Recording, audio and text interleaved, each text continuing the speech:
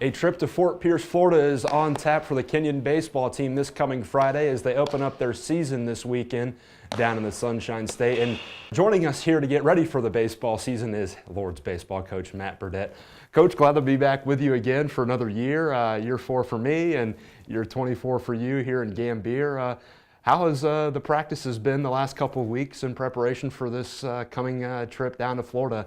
Another year down in the greatest state ever. Yeah, exactly. It's going well. We've got a lot of experience.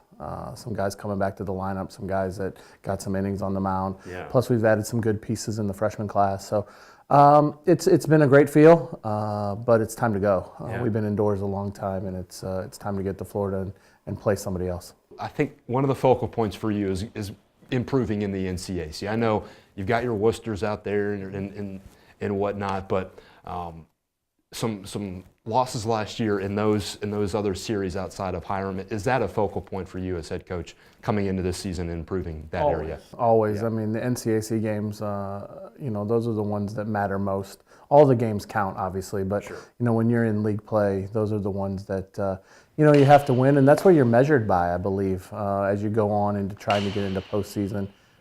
We started off with a bang in league last year. That Game 4 series, walk-off grand slam, right? It was a great feeling. Yeah. And then, we played not great baseball in the league after that. And, we look to improve for sure. Let's talk about, before we get to your team, we're going to a round-robin schedule this time. And I actually like that because we're not relegated to one team 4 times in a row. What are your thoughts on this round-robin?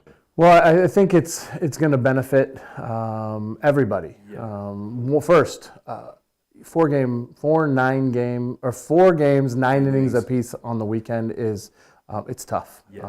It's tough on your pitching staff. It's tough on your position players. The cool thing is that now you'll play 2 on Saturday. You won't play again until maybe midweek or maybe even the following Saturday. So I think it gives your bullpen guys a chance to rest up. If you have a bad Saturday, you have a day to regroup or a couple days to regroup in order to get yourself ready for the next series. You brought up pitching just a little bit ago. We got a senior coming back. Jesse Bogatz is going to be on the mound, and obviously he's had some good moments over his career, some no-hitters.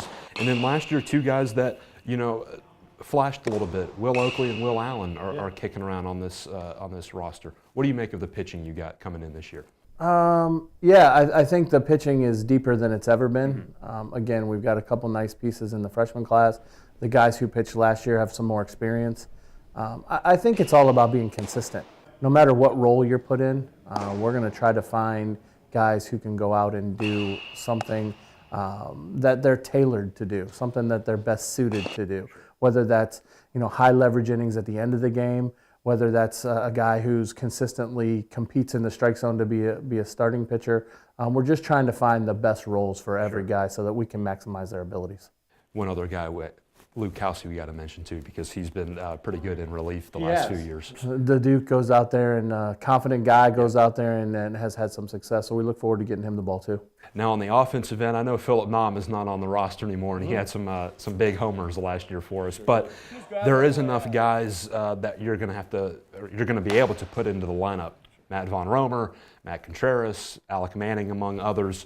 What do you make of the bats you got coming back this year? Mikey Arman is another guy that's been able to hit. What do you think you got there? Well, we've always had a tendency to score around here. Right. Offensively, we feel like we have a pretty good approach. We have a pretty good feel. We've always been able to, at the end of the year, you look at the numbers, and they tend to be consistent. This team has some really good pop. I think it's versatile, where it can play for a big inning. It can get you a run if it needed. It can steal a base if needed. I just think this team's going to have a chance to do some dynamic things. And with the deeper pitching staff, maybe that equates to having a really good season. Absolutely. All right. Final thought for you as I ask all the coaches. Keys to success this season and expectations for this Lord's baseball team. Well, the keys to success, I think, are the same every year when you talk about baseball. It's a difficult game. Yes. You have to be consistent. You have to give an honest day's effort. You have to show up. You're going to have some struggles. The game is built on failure. So how we handle the failure and bounce back, how we handle the success and continue to stay even-keeled would be great. Those are 2 key things. You have to pitch. you're not going to overcome, too many bad outings on the mound. You can't play defense and hit enough to overcome bad pitching. So I think our pitching staff is huge. I think it's a major piece of the puzzle.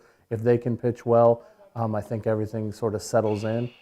Expectations, let's worry about game one. Okay. Misericordia on Sunday. Yes. Let's see how that goes, and then we'll take it game by game and see what happens. Indians going all the way this year? Absolutely. Buster Olney picked them.